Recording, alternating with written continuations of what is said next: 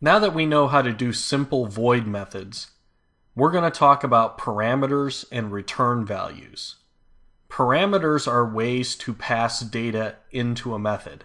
Oftentimes in a real system, we have specific classes and methods that do very specific jobs for us, and they need to communicate with each other. Parameters are input, return values are output. In this demo, I'm going to create a simple calculator class, and I'm going to show you how parameters and return values work. So I'm going to right-click my project, and I'm going to add a class. And I'm going to call it Simple Calculator.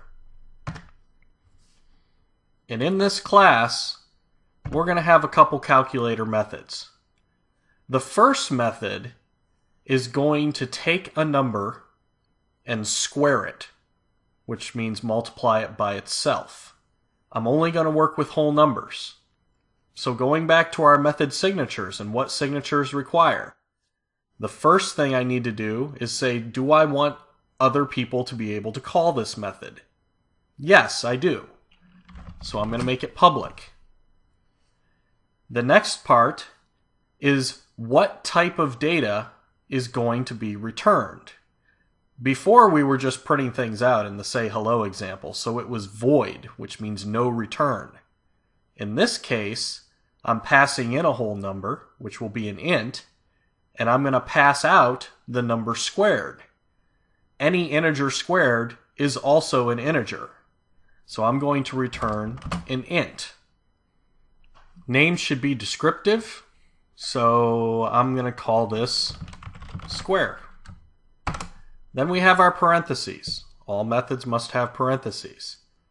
Inside the parentheses, I can list out one too many parameters.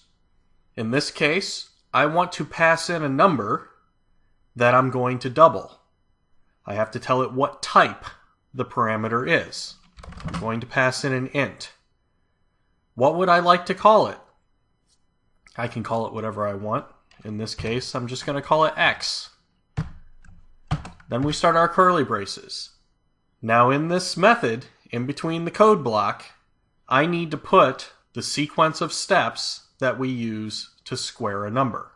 To square a number, we simply multiply it by itself. If we want to return data back, we use the return keyword. So I'm going to return x times x, semicolon. Now whenever we call square, we can pass in a number, and it's going to pass us back the number times itself. So let's go to main, and let's take a look at this. The first thing we need to do is instantiate our object.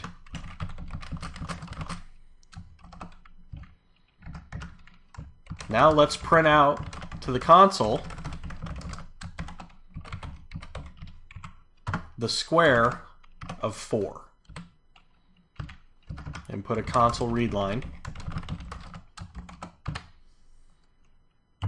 so that we don't close our program. So let's run this. And it goes. It prints out the number 16, just as we would expect.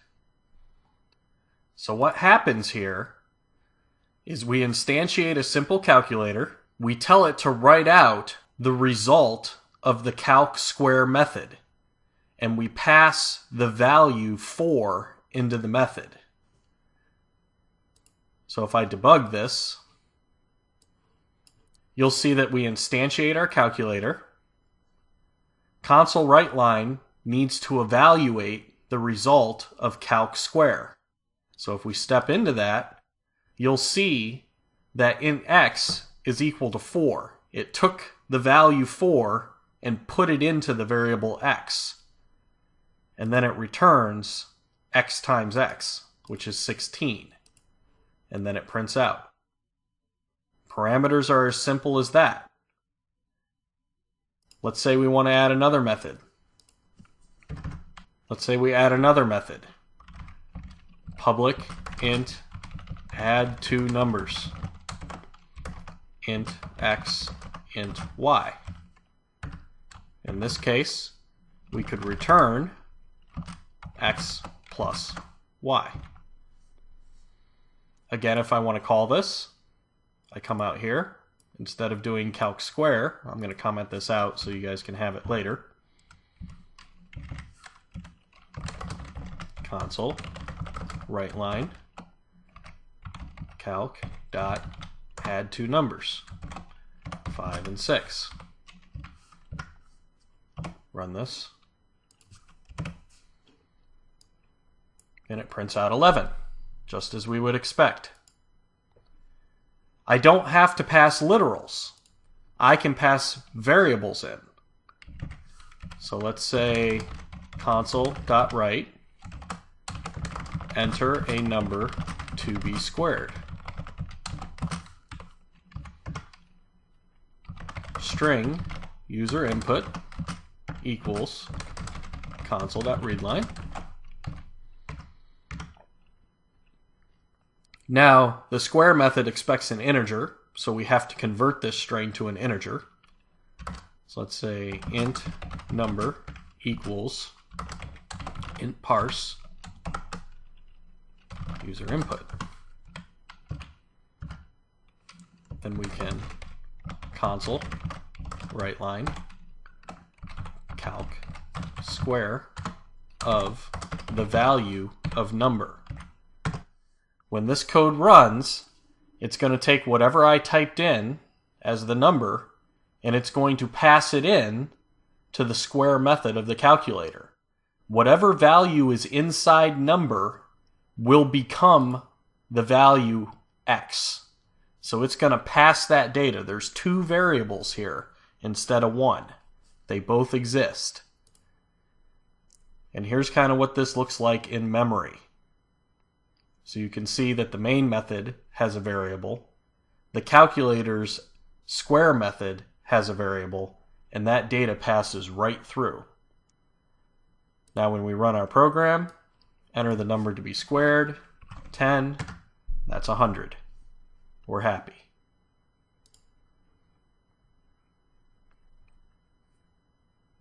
We can return at any point in the method.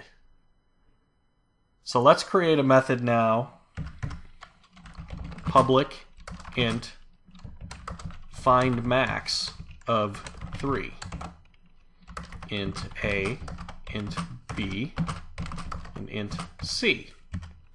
In this case, I want to find the maximum number.